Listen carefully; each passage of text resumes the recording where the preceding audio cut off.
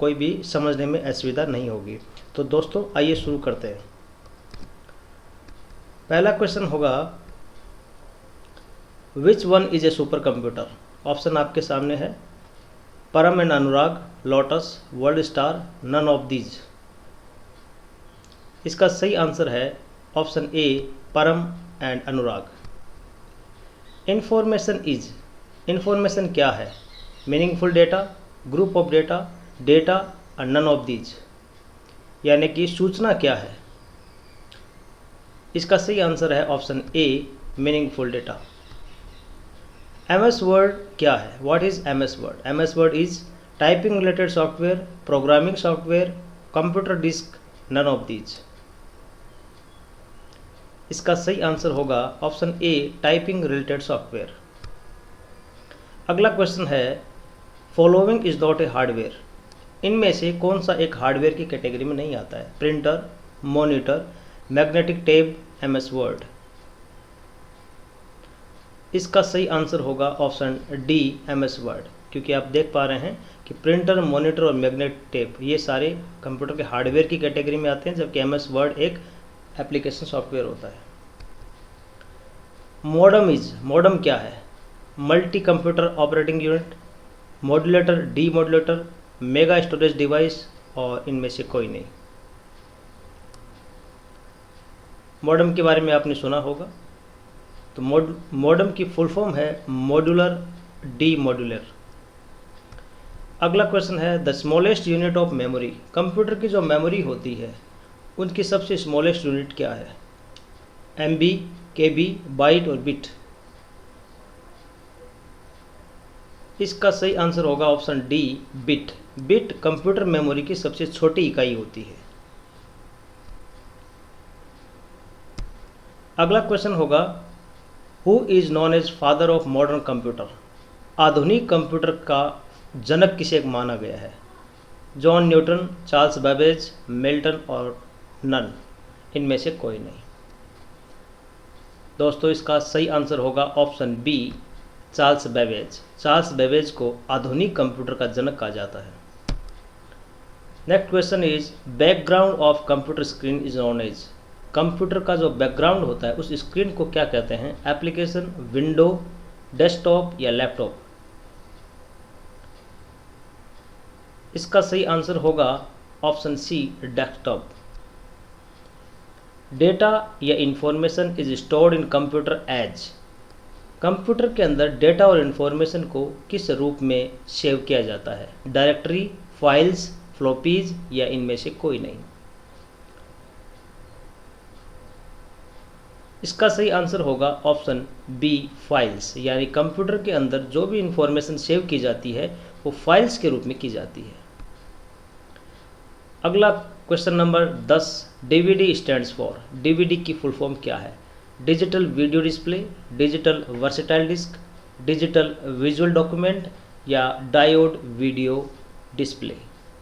आपने डीवीडी देखी होगी, सीडी और डीवीडी, तो डीवीडी की जो फुल फॉर्म होती है वो होती है option B, digital versatile disc.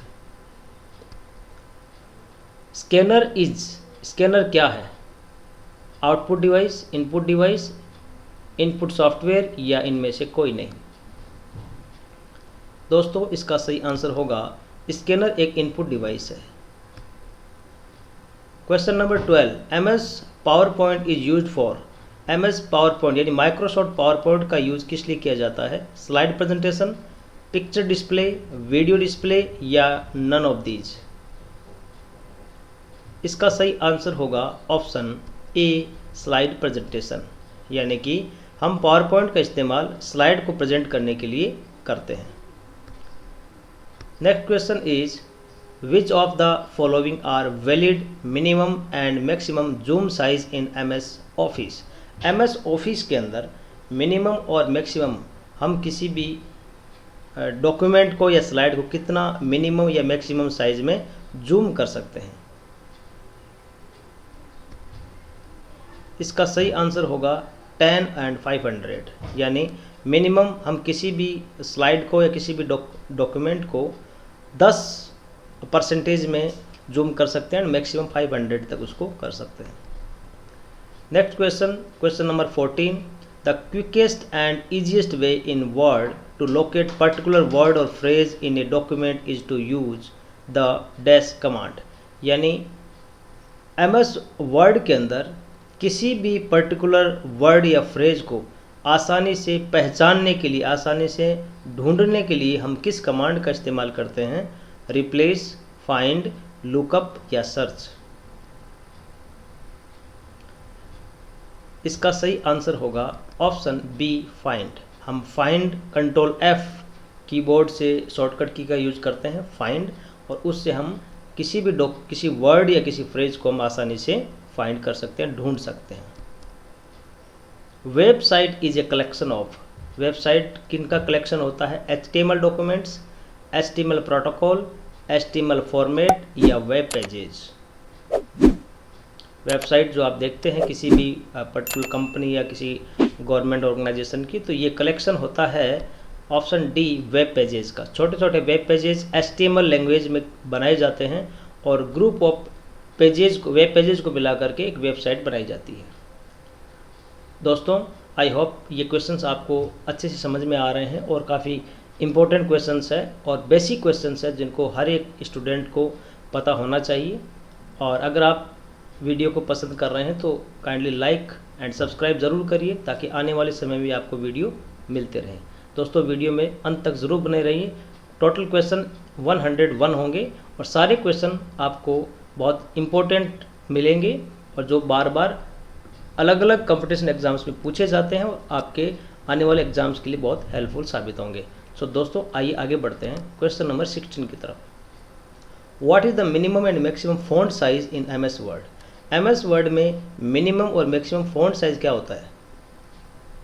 10, 100, 8, 72, 10, 70, 8 या 70। इसका सही आंसर होगा option B, 8 and 72। Next question number 17, word processing, spreadsheet and photo editing are examples of. Word processing, spreadsheet और फोटो एडिटिंग सॉफ्टवेयर जो होते हैं वो इनमें से किसके एग्जांपल्स होते हैं? Application software, system software, operating system software या प्लेटफॉर्म सॉफ्टवेयर। इसका सही आंसर होगा ऑप्शन ए, एप्लीकेशन सॉफ्टवेयर। दोस्तों मैंने एक सॉफ्टवेयर के रिगार्डिंग एक वीडियो बनाया है जिसमें मैंने बताया है कि सॉफ्टवेयर क्या होता है, सॉफ्टवेयर के कितने टाइप्स होते हैं और इनमें मैंने बताया है कि एप्लीकेशन सॉफ्टवेयर और सिस्टम सॉफ्टवेयर क्या होता है। तो अगर आपने वो वीडियो नहीं देखा है तो मेरी प्लेलिस्ट में अवेलेबल है, आप उसको देख सकते हैं और अच्छे से ये जो डिफरेंस है वो समझ सकते हैं कि एप्लीकेशन सॉफ्टवेयर क्या होता है और सिस्टम सॉफ्टवेयर क्या होता है और दोनों में अंतर क्या है। आगे बढ़ते हैं। Question number 18, which of the following shortcut key is use to check spelling. अगर आपको MS वर्ड में कोई डॉक्यूमेंट बना रहे हैं और उसकी कोई स्पेलिंग चेक करना है कि वो स्पेलिंग सही है या गलत है या आपको वो सही स्पेलिंग नहीं आ रही है, तो आप अगर चेक करना चाहते हैं तो कीबोर्ड से कौन सी की प्रेस करेंगे? F1, F2, F7 या F9। दोस्तों इसका सही आंसर होगा ऑप्शन सी, F7 की जब आप फंक्शन की को प्रेस करेंगे तो आपको स्पेल चेक का डायलॉग बॉक्स होगा और आपको सजेस्ट किया जाएगा कि आपकी ये स्पेलिंग में कहाँ गलती है और सही स्पेलिंग क्या है। आगे बढ़ते हैं दोस्तों। Question number 19, in order to save an existing document with a different name you need to, यानी आपके पास एक डॉक्यूमेंट है, आप उस डॉक्यूमेंट को किसी दूसरे नाम से, यानी आपने सपोज कीजिए किसी डॉक्यूमेंट को नाम ए दे रखा है और आप उसी सेम डॉक्यूमेंट को बी नाम से सेव करना चाहते हैं, तो आप क्या करेंगे? रीटाइप करेंगे डॉक्यूमेंट को और दूसरा नाम देंगे, या सेव एज कमांड का इस्तेमाल करेंगे, या कॉपी और पेस्ट करके ओरिजिनल डॉक्यूमेंट को कॉपी पेस्ट करेंगे और नए डॉक्यूमेंट में उसको सेव कर देंगे। And use a window explorer to copy the document, या फिर विंडो एक्सप्लोरर के इस्तेमाल से उसको कॉपी करेंगे और वहाँ दूसरी जगह पे पेस्ट करेंगे। तो क्या इसका सही आंसर होगा? दोस्तों इसका सही आंसर होगा option B, use the save as command. आपने देखा होगा डॉक्यूमेंट के अंदर जो फाइल ऑप्शन है उसके अंदर new, save, save as, print option मिलते हैं। तो सेव से आप किसी भी कंटेंट में जो भी मॉडिफिकेशन करते हैं वो सेव होता है, और सेवेज की हेल्प से आप उसी डॉक्यूमेंट को किसी दूसरे नाम से या किसी दूसरी लोकेशन पे अगर सेव करना चाहते हैं तो सेवेज कमांड का यूज किया जाता है। Which number are used in binary system, computer की जो भाषा है बाइनरी, उसमें कौन कौन से नंबर इस्तेमाल होते हैं? 0 and 0, 0 and 1, 1 and 2, या इनमें से कोई नहीं। दोस्तों सारे क्वेश्चन काफ़ी बार पूछे गए हैं और बहुत बेसिक और इम्पोर्टेंट क्वेश्चंस हैं जिनके बारे में जानकारी होना ज़रूरी है। इसका सही आंसर होगा option B, 0 and 1। Question number 21, computer icons are based on which technology, GUI, FTP, ANSI, या इनमें से कोई नहीं। यानी कंप्यूटर में जो आइकन आपको दिखाई देते हैं वो किस टेक्नोलॉजी पे बेस्ड है? इसका सही आंसर होगा ऑप्शन ए, GUI, यानी graphical user interface. Question number 22, memory unit is a part of input device, control unit, output device, या सेंट्रल प्रोसेसिंग यूनिट। यानी कंप्यूटर की जो मेमोरी है वो इनमें से किस की पार्ट होती है? The right answer is option D, central processing unit, यानी CPU। Question number 23, which operation is not performed by computer, computer इनमें से कौन सा ऑपरेशन यानी कौन सा काम नहीं करता है? Inputting, processing, controlling, understanding. The right answer is option D, understanding, यानी कंप्यूटर को समझने की योग्यता नहीं होती, कंप्यूटर समझ नहीं सकता। जो उसको आप इनपुट करेंगे इंस्टॉल किए गए प्रोग्राम के हिसाब से उसको प्रोसेस करके वो आउटपुट आपको प्रोवाइड करा देगा, लेकिन वो इनपुट आपने कैसा दिया है या सॉफ्टवेयर आपने किस तरह से डिज़ाइन किया है उसी के आधार पे वो कंप्यूटर, अपना खुद का दिमाग कंप्यूटर का नहीं होता है, वो दिए गए इंस्ट्रक्शन के हिसाब से ही काम को परफॉर्म करता है। तो अंडरस्टैंडिंग का काम यानी समझने का काम कंप्यूटर नहीं करता। आगे बढ़ते हैं। Next question, question number 24, the blinking symbol on computer screen is called. आपने देखा होगा जब आप माउस को लेके जाते हैं तो एक ब्लिंकिंग सिंबल आता है, या डॉक्यूमेंट के अंदर जब आप कोई टाइप कर रहे हैं तो जहाँ कहीं आपको टाइपिंग करना है वहाँ पे एक ब्लिंकिंग सिंबल आपको बार बार दिखाई देता है। उस ब्लिंकिंग सिंबल को क्या कहा जाता है? माउस, हैंड, लाइट, या कर्सर। सही आंसर होगा option D, cursor. Text and graphics that have been cut और copied are stored in area. दोस्तों इस पे मैं एक वीडियो बना चुका हूँ और MS वर्ड लर्निंग का जो बेसिक मैंने प्रोग्राम शुरू किया, कोर्स शुरू किया है, उसी में मैंने इसके बारे में पूरी जानकारी दी है। तो आप मेरे प्लेलिस्ट में ये देख सकते हैं कि इसके बारे में डीपली नॉलेज आपको मिल सकता है। कोई भी टेक्स्ट या किसी भी इमेज को या ग्राफिक को आप अगर कहीं से कट या कॉपी करते हैं तो वो कहाँ स्टोर होता है? उस एरिया को क्या कहा जाता है? Paste board, copy board, clip board, या कटिंग बोर्ड। उस एरिया को क्लिप बोर्ड कहा जाता है। क्लिप बोर्ड के बारे में पूरा मैंने एक वीडियो बनाया है, लिंक आपको इस वीडियो में मिल जाएगा, आप देख सकते हैं। Question number 26, to save an existing file with a new name और to a new location you should use, अभी मैंने इसके बारे में बताया था। तो इसका सही आंसर होगा ऑप्शन सी, सेवेज। यानी सेवेज की हेल्प से आप किसी भी डॉक्यूमेंट का नाम बदल सकते हैं और उसे किसी दूसरी लोकेशन पे सेव कर सकते हैं। क्वेश्चन नंबर 27, माइक्रोसॉफ्ट ऑफिस क्या है? Shareware, public domain software, open source software या एप्लीकेशन सूट? तो दोस्तों, माइक्रोसॉफ्ट ऑफिस एक एप्लीकेशन सूट है। Question number 28, which of the following is internal memory? इनमें से कौन सी इंटरनल मेमोरी की कैटेगरी में आती है? डिस्क, पेन ड्राइव, रैम या CD? The right answer is option C, RAM. यानी ये कंप्यूटर का जो केबिन होता है, जो डब्बा होता है जिसको आप देख सकते हैं, उसके अंदर इसको इंस्टॉल किया जाता है। बाकी ये सारी एक्सटर्नल मेमोरी यूनिट्स होती है, मेमोरी डिवाइसेस होती है। Which language is directly understood by the computer without translation program? यानी कौन सी भाषा को कंप्यूटर समझता है, जिसको बिना किसी ट्रांसलेट के कंप्यूटर को हम प्रोवाइड कराएंगे, कंप्यूटर वही भाषा समझता है। Machine language, assembly language, high level language, और इनमें से कोई नहीं। सही आंसर होगा मशीन लैंग्वेज। यानी कंप्यूटर मशीन लैंग्वेज समझता है, और कंप्यूटर की मशीन लैंग्वेज है वो 0 और 1 में कोडिंग की जाती है। यानी कंप्यूटर 0 और 1 की भाषा को समझता है, और 0 और 1 की भाषा को जो कंप्यूटर समझता है उसे मशीन लैंग्वेज कहा जाता है।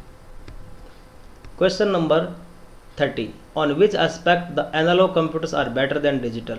कंप्यूटर दो टाइप के होते हैं, एनालॉग एंड डिजिटल, और इनमें से कौन से आधार पे जो है एनालॉग कंप्यूटर डिजिटल कंप्यूटर की तुलना में ज़्यादा अच्छे होते हैं? Speed, accuracy, reliability and automatic? तो सही आंसर है एक्यूरेसी के मामले में।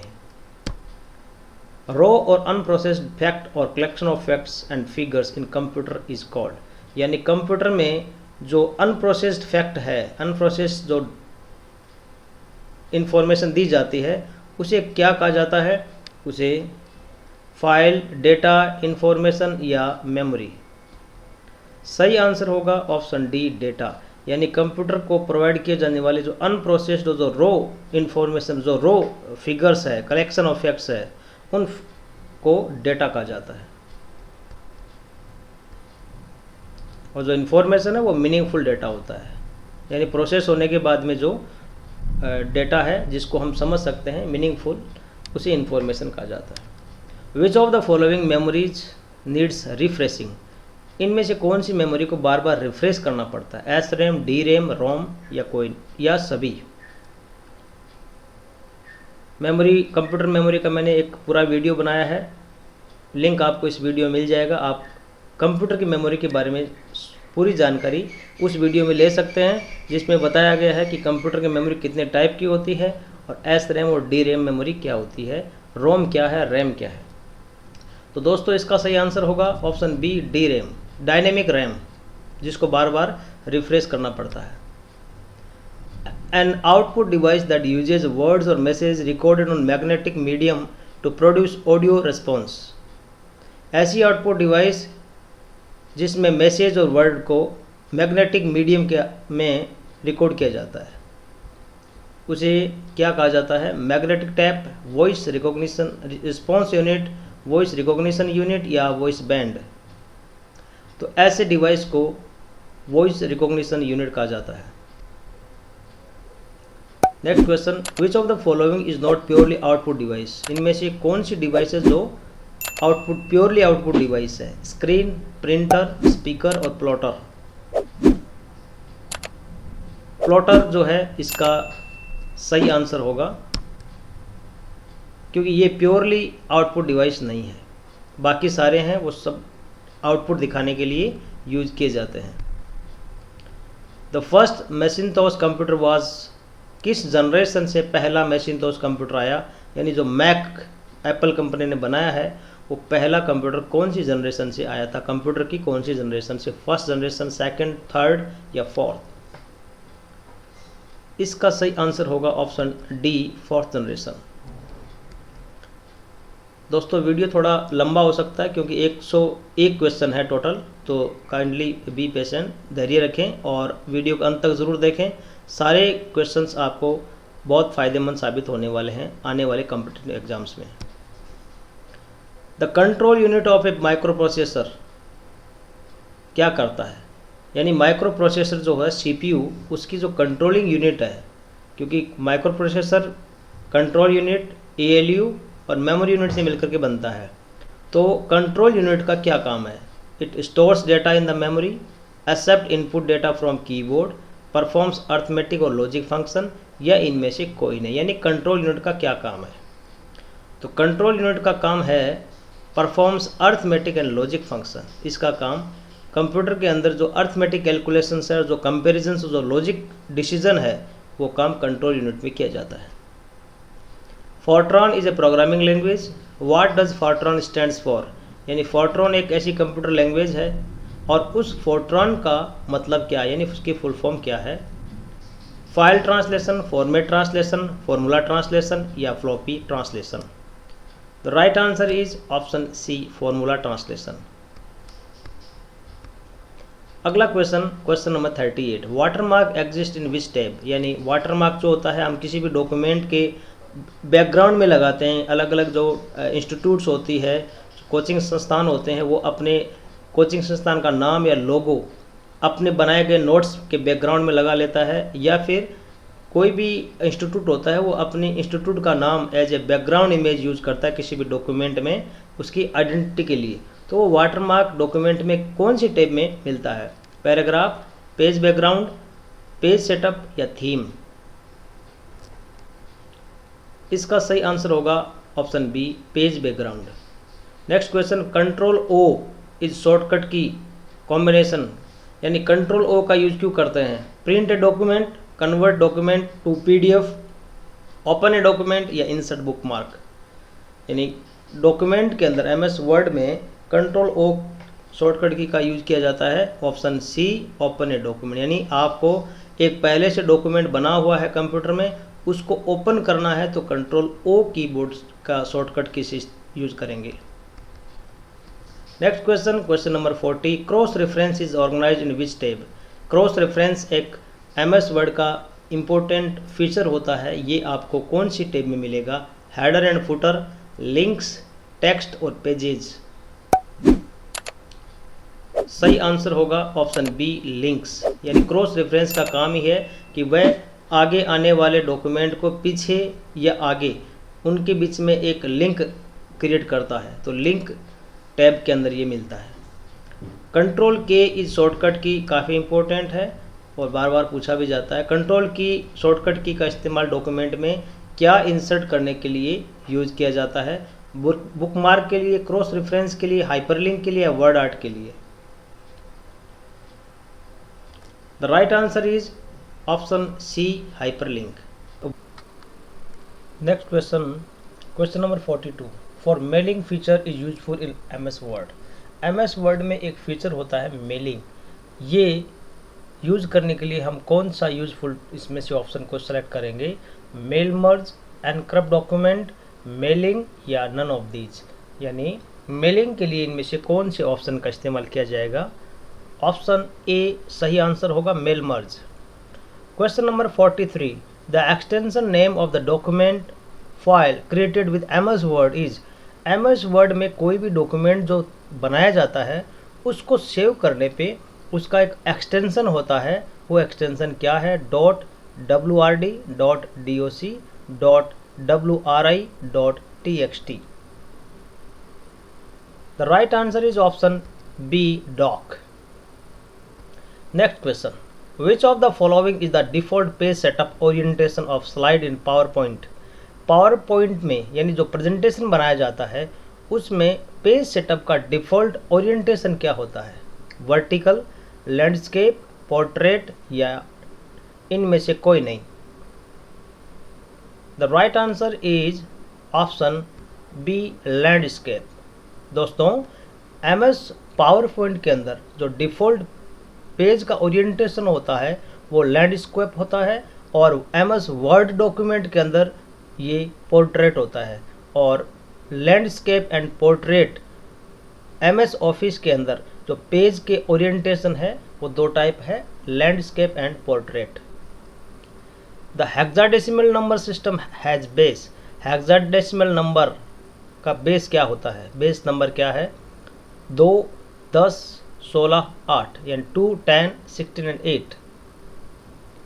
हेक्सा डेसिमल 16, हेक्सा मानी 6, डेसिमल मानी 10, दोनों को मिला करके 10 + 6 16। Next decimal number system, decimal number system का बेस नंबर क्या है? 10, 8, 16 एंड 2।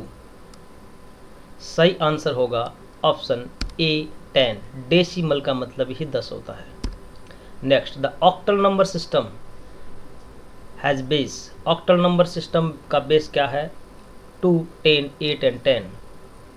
ऑक्टल, ऑक्टल मतलब होता है 8। Next question, DOS, DOS stands for, आपने सुना होगा डॉस ऑपरेटिंग सिस्टम, तो इसका फुल फॉर्म क्या है डॉस का? Disk operating system, digital operating system, digit operating system या इनमें से कोई नहीं। The right answer is option A, disk operating system. Question number 49, page of power point is known as, power point जो presentation होता है उसके पेज को क्या कहा जाता है? वर्कशीट, स्लाइड, वर्ड डॉक्यूमेंट या Microsoft power point? The right answer is option B, slide. MS power point के पेज को स्लाइड कहा जाता है। Next question number 50, LAN, LAN stands for line area network, land area network, local area network या none of these? The right answer is option C, local area network, यानी LAN की full form क्या है? Local area network. अगला question है WAN यानी वैन stands for, यानी वैन की फुल फॉर्म क्या है? World area network, whole area network, wide area network या वाइड एरिया नंबर? सही आंसर है दोस्तों option C, wide area network. Question number 52, which is use to design web page, web page design करने के लिए कौन सी लैंग्वेज का इस्तेमाल करते हैं? इंग्लिश, HTML, पास्कल या इनमें से कोई नहीं? The right answer is option B, HTML। जैसा अभी पहले क्वेश्चन आया था कि website is a collection of web pages और web pages are created in HTML, यानी वेब पेजेस को HTML लैंग्वेज में बनाया जाता है और बहुत सारे वेब पेजेस मिलकर के वेबसाइट बनाते हैं। Question number 53, computer remains connected with the internet through, एक कंप्यूटर किसकी मदद से इंटरनेट से जुड़ा होता है? CPU, यूनिक्स, मॉडम या इनमें से कोई नहीं? इसका सही आंसर होगा ऑप्शन सी, मॉडम, जिसकी अभी हमने फुल फॉर्म पढ़ी थी, मॉड्यूलर और D modular. Question number 54, Microsoft word is generally use for, generally Microsoft word का इस्तेमाल किस लिए किया जाता है? अकाउंटेंसी के लिए, लेटर टाइपिंग के लिए, स्लाइड शो के लिए या इनमें से कोई नहीं? अभी हमने एक क्वेश्चन आया था उसी से रिलेटेड है, माइक्रोसॉफ्ट वर्ड का इस्तेमाल लेटर टाइपिंग यानी किसी भी टाइप का डॉक्यूमेंट बनाने के लिए माइक्रोसॉफ्ट वर्ड का इस्तेमाल करते हैं। वो लेटर हो सकता है, एप्लीकेशन होता है या टाइपिंग रिलेटेड कोई दूसरा टास्क। और पावर पॉइंट का यूज़ होता है प्रेजेंटेशन बनाना। ईमेल क्या है? Speed post, sending end receiving information electronically, operating system या इनमें से कोई नहीं? ईमेल आपने सुना होगा, ईमेल भेजते हैं, इसका मतलब क्या होता है? तो ऑप्शन बी इसका सही आंसर है, sending end receiving information electronically. Wifi stands for wireless Fidelity, VLSI stands for very large scale integration. ये फुल फॉर्म से रिलेटेड क्वेश्चंस है, काफ़ी इम्पोर्टेंट है, तो आपसे रिक्वेस्ट है कि आप इनको ध्यान से याद कर लीजिए ताकि आने वाले अलग अलग एग्ज़ाम्स में आपके ये काम आए। और दोस्तों अगर वीडियो अच्छा लगा तो लाइक ज़रूर करिए, अपने दोस्तों के साथ शेयर ज़रूर करिए, और जो चैनल पे नए हैं या जिन्होंने अभी तक चैनल को सब्सक्राइब नहीं किया है वो चैनल को सब्सक्राइब ज़रूर कर लें, क्योंकि आपने मेरे चैनल पे देखा होगा टोटल 60 वीडियोस है अलग अलग कंप्यूटर से रिलेटेड, कि MS वर्ड हो या ट्रिक से रिलेटेड हो या साइबर सिक्योरिटी से रिलेटेड हो। तो आने वाले समय में और भी अच्छे अच्छे और इम्पोर्टेंट वीडियो आपको मिलेंगे। ये मैंने 101 क्वेश्चंस का एक सेट बनाया है। इससे पहले भी मैं क्विज़ बना चुका हूँ 40 का MS वर्ड से रिलेटेड, और आने वाले टाइम में और भी आपको अच्छे अच्छे कंप्यूटर से रिलेटेड चीज़ें मिलेगी, तो चैनल को ज़रूर सब्सक्राइब कर लीजिए। नेक्स्ट 58 HTTPS स्टैंड्स फॉर, सुना होगा। HTTPS क्या होता है, इसकी फुल फॉर्म क्या है? Hyper text transfer protocol section, hyper text transfer protocol secure, hyper text transfer protocol start, या इनमें से कोई नहीं। The right answer is option B, hyper text transfer protocol secure. दोस्तों, जब आप किसी इंटरनेट में किसी वेबसाइट को सर्च करते हैं तो www लगाने से पहले ये HTTP लगता है। HTTP का मतलब हाइपर टेक्स्ट ट्रांसफ़र प्रोटोकॉल होता है, जो सिक्योर कम होता है। इसलिए ये सलाह दी जाती है कि साइबर अटैकर से बचने के लिए आपको किसी भी वेबसाइट का ये एड्रेस HTTPS से स्टार्ट हुआ होना चाहिए, ये देखना ज़रूरी है। अगला www स्टैंड्स फॉर, www की फुल फॉर्म क्या होती है? World whole web, wide world web, web world wide, या world wide web. Right answer is option D, world wide web. HTTPS के बाद ये www, उसके बाद उस वेबसाइट का नाम होता है। तो www का फुल फॉर्म क्या है? World wide web. Next question, question number 60, MSI stands for, MSI की फुल फॉर्म क्या है? इसका सही आंसर होगा option B, medium scale integrated circuits. Question number 61, VoIP, VoIP की फुल फॉर्म क्या है? Voice over IP, video over IP, viruses over IP and virtual over IP। VoIP सही आंसर होगा option A, voice over IP, मतलब जो internet के through जो call की जाती है उसे VoIP कहते हैं। ISP stands for, internet service provider, internal server provider, internet service provider, या internet server provider, insta service provider. तो right answer is option C, internet service provider. Next question, CDMA technology use in mobile phone stands for, mobile phone के अंदर CDMA technology use की जाती है, उसकी full form होती है option B, code division multiple access. अगला question 64, in Microsoft Word shortcut key control W is used for, MS Word में Ctrl+W का इस्तेमाल किया जाता है। Open the print dialog box, update the current web page, close the current window, या इनमें से कोई नहीं। तो इसका सही आंसर होगा option C, close the current window, यानी जो विंडो करंटली ओपन है आपको अगर इसको क्लोज करना है तो Ctrl+W का इस्तेमाल करेंगे।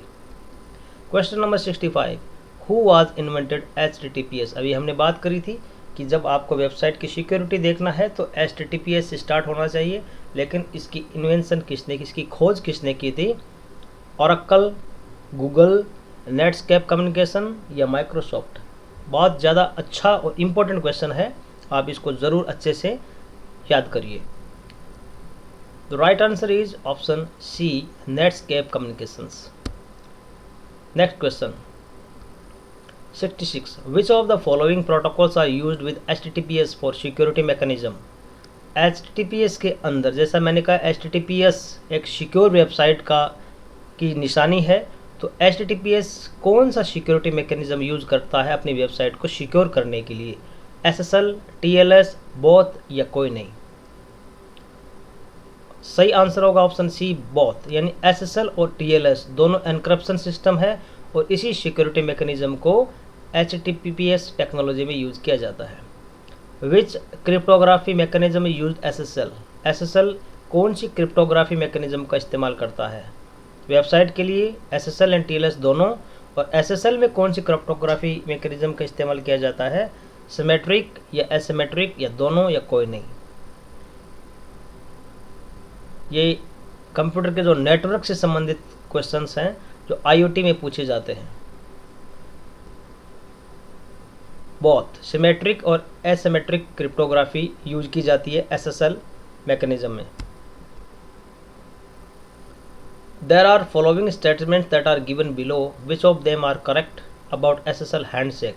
SSL जो हैंडशेक करता है और जब वो सेटिस्फाई होता है उसके बाद ही आपको अलाउ करता है, तो ये क्या करता है? SSL handshake is a process between the web browser and web server used for verification.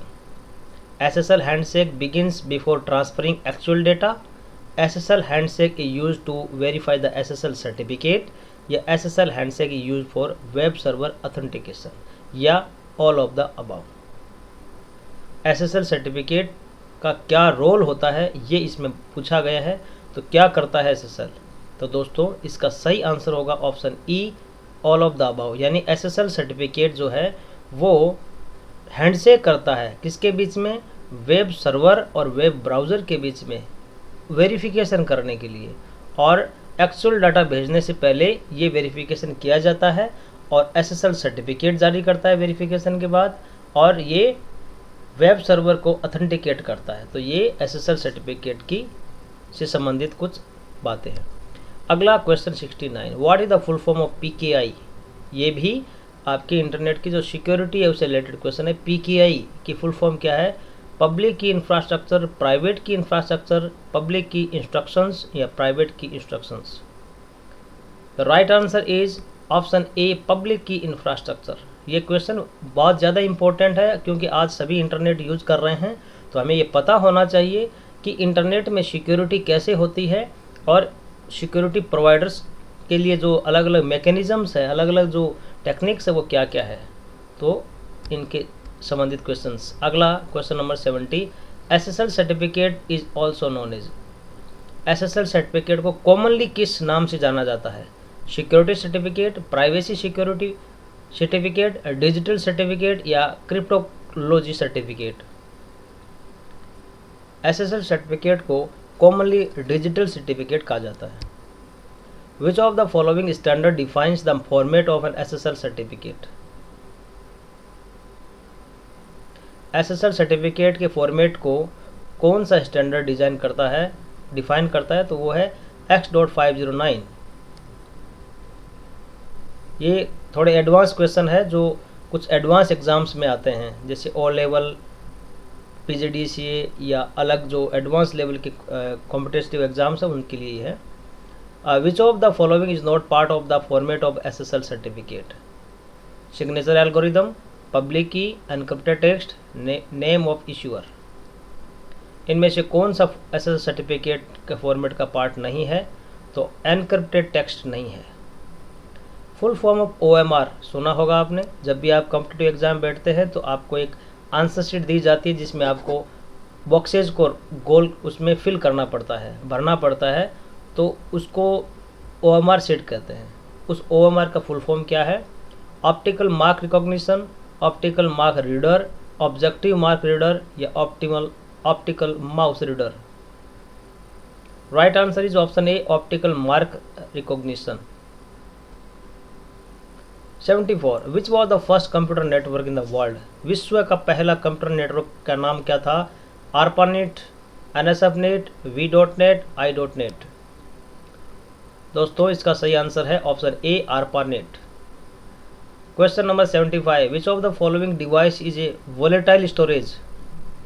Hard disk, RAM, magnetic tape या फ्लॉपी। इनमें से कौन सी डिवाइस वोलेटाइल है? रैम। ये सारी चीज़ें आपको मेरे मेमोरी यूनिट के वीडियो में मिलेगी, लिंक मिलेगा इस वीडियो में, आप उसको देख से अच्छे से समझ सकते हैं कि मेमोरी, वोलेटाइल मेमोरी क्या है, नॉन वोलेटाइल मेमोरी क्या है, मेमोरी, कंप्यूटर की मेमोरी कितने टाइप की होती है। ये सारी चीज़ें आपको उस वीडियो में बताई गई है, तो आप उसको देख सकते हैं। Next question 76, what kind of operations can a computer carry out?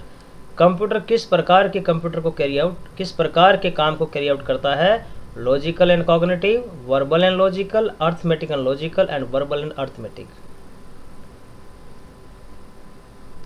सही आंसर होगा option C, arithmetic and logic, यानी गणनाएं करना और जो तुलनाएं करना है ये काम कंप्यूटर का है। Which was the world's first electronic digital programmable computer? विश्व का पहला इलेक्ट्रॉनिक डिजिटल जो प्रोग्रामेबल कंप्यूटर कौन सा था? Z3, Colossus, enigma, Z2।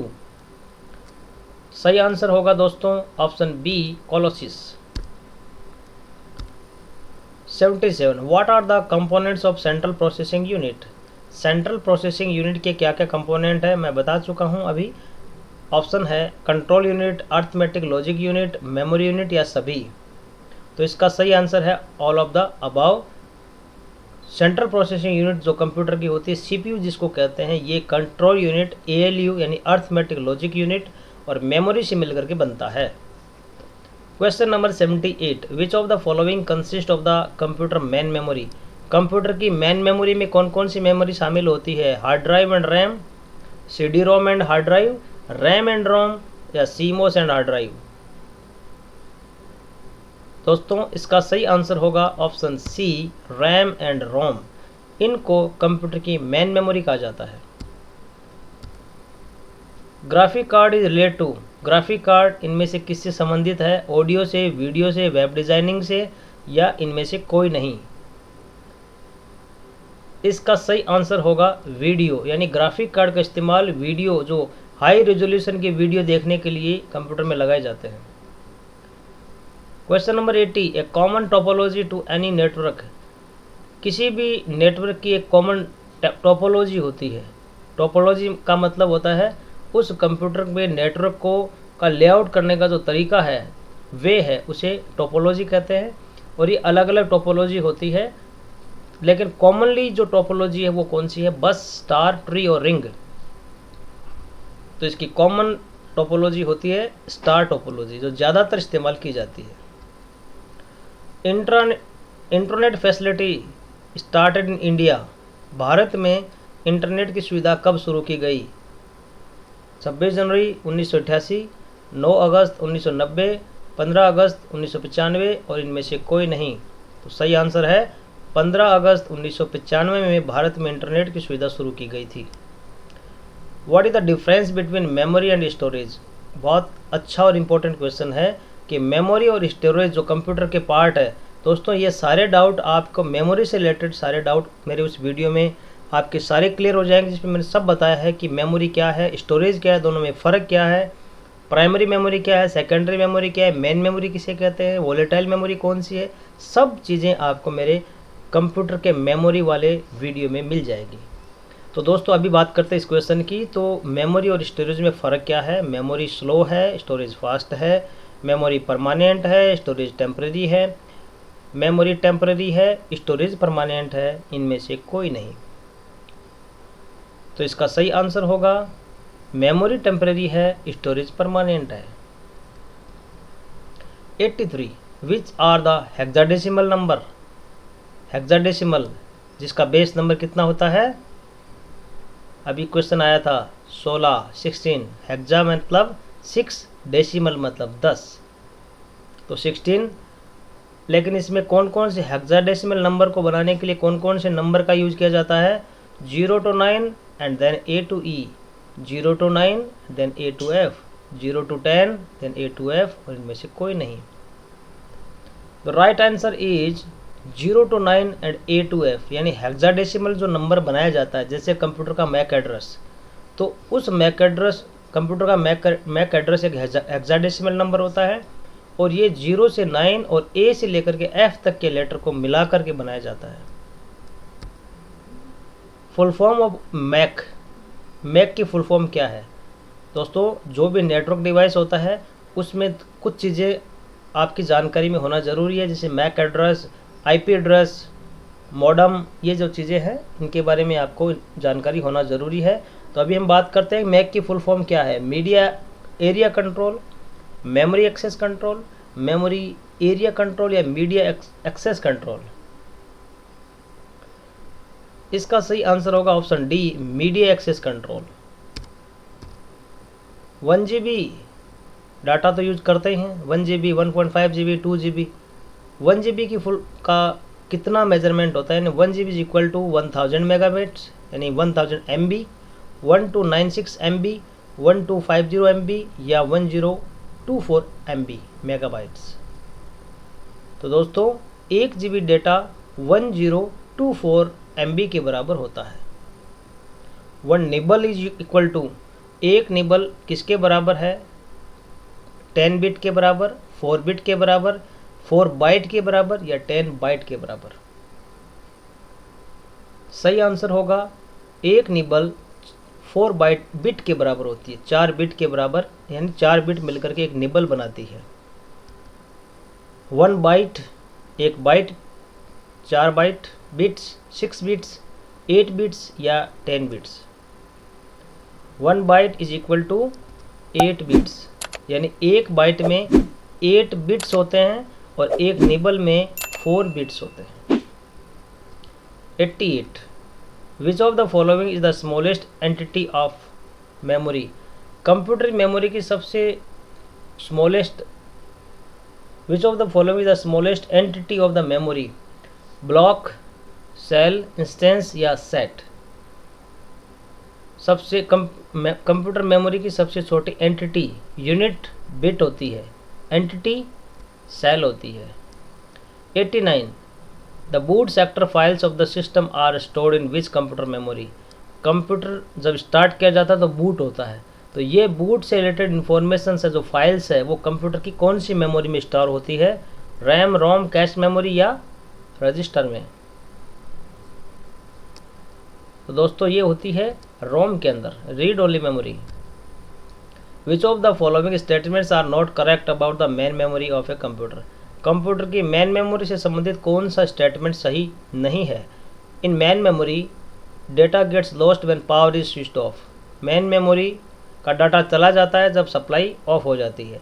Main memory is faster than secondary memory but slower than registers. They are made up of semiconductors and all are correct. तो दोस्तों ये सारी बातें सही है और ऑप्शन डी सही आंसर होगा। 91, RAM is dash and dash, यानी रैम क्या है, नॉन वोलेटाइल, टेम्परेरी, वोलेटाइल है, टेम्परेरी है, वोलेटाइल है, परमानेंट है, नॉन वोलेटाइल है या परमानेंट है। दोस्तों इसका सही आंसर होगा ऑप्शन ए, रैम नॉन वोलेटाइल है और टेम्पररी है।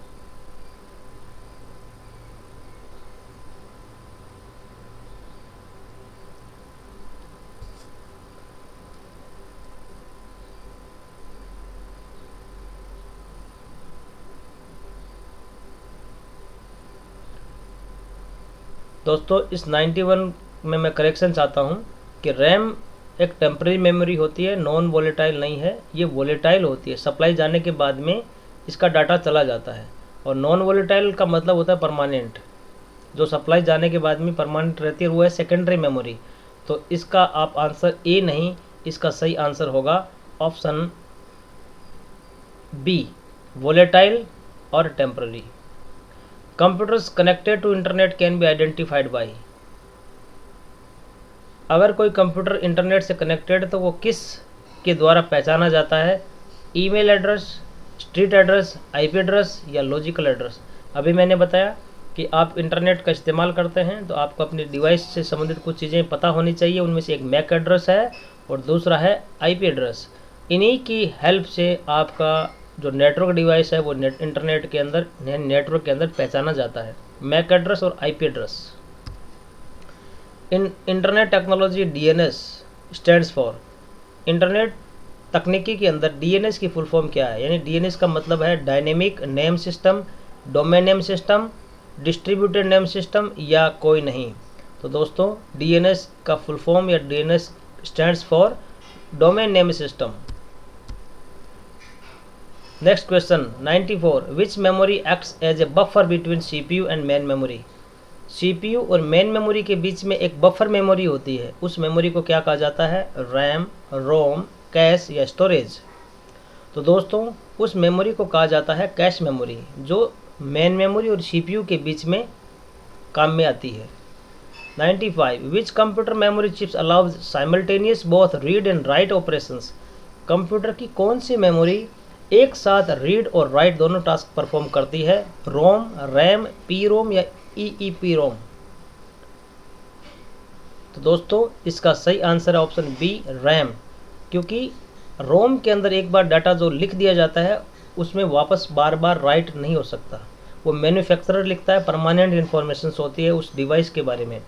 लेकिन रैम जो है वो रीड करती है और फिर राइट भी करती है, और उसमें डाटा जो है पावर सप्लाई के बाद चला भी जाता है।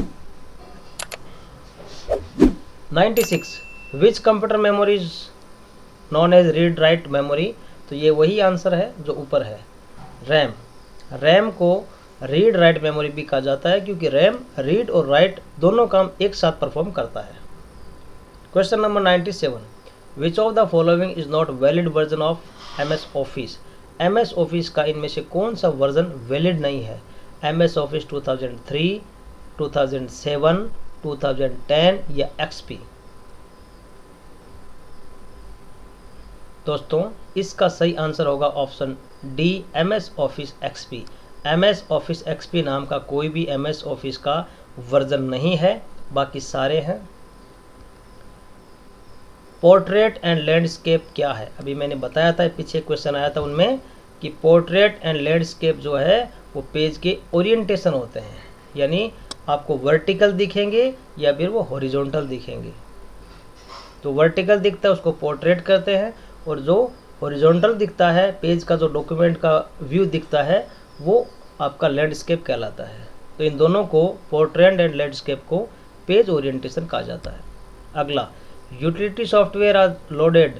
कंप्यूटर के अंदर जो यूटिलिटी सॉफ्टवेयर है, दोस्तों यूटिलिटी सॉफ्टवेयर के बारे में भी एक वीडियो है कि सॉफ्टवेयर क्या है, सॉफ्टवेयर कितने टाइप का है, उसके अंदर ये समझाया गया है कि यूटिलिटी सॉफ्टवेयर क्या है। तो अभी हम बात करते हैं कि कंप्यूटर के अंदर यूटिलिटी सॉफ्टवेयर को कहाँ पे लोड किया जाता है। तो कोई भी सॉफ्टवेयर जो लोड किया जाता है वो कंप्यूटर के सी ड्राइव में किया जाता है। Question number 100। दोस्तों मैं उम्मीद करता हूँ कि ये क्वेश्चन सारे आपको अच्छे लगे होंगे और काफ़ी इंपॉर्टेंट आपके लिए आने वाले एग्जाम्स में साबित होंगे। आप इनको अच्छे से याद कर लीजिए। अगला क्वेश्चन नंबर 100 यानी शतक हमारे क्वेश्चन इस सीरीज का, what is the full form of वेप। WAP, वेप की फुल फॉर्म क्या है? Wired authentication procedure, wireless application protocol, wired application protocol, या इनमें से कोई नहीं। तो इसका सही आंसर होगा वायरलेस। दोस्तों जो आप वाईफाई यूज करते हैं उससे संबंधित ये एक फुल फॉर्म है वेप। वेप जो वर्ड है वो वाईफाई शब्द से जुड़ा हुआ है। GUI is used as interface between. GUI किसके बीच में इंटरफेस है? हार्डवेयर और सॉफ्टवेयर के बीच में, मैन एंड मशीन के बीच में, या सॉफ्टवेयर और यूज़र के बीच में, या इनमें से किसी के बीच में नहीं है। तो GUI जो है वो कंप्यूटर के हार्डवेयर और सॉफ्टवेयर के बीच का एक इंटरफेस है। तो आई होप आपको सारे क्वेश्चन समझ में आए होंगे। मैं आपको फिर से एक निवेदन करूंगा कि जो चैनल पे नए हैं या जिन्होंने चैनल को नहीं सब्सक्राइब किया है, चैनल को ज़रूर सब्सक्राइब कर लीजिए। बहुत बहुत धन्यवाद।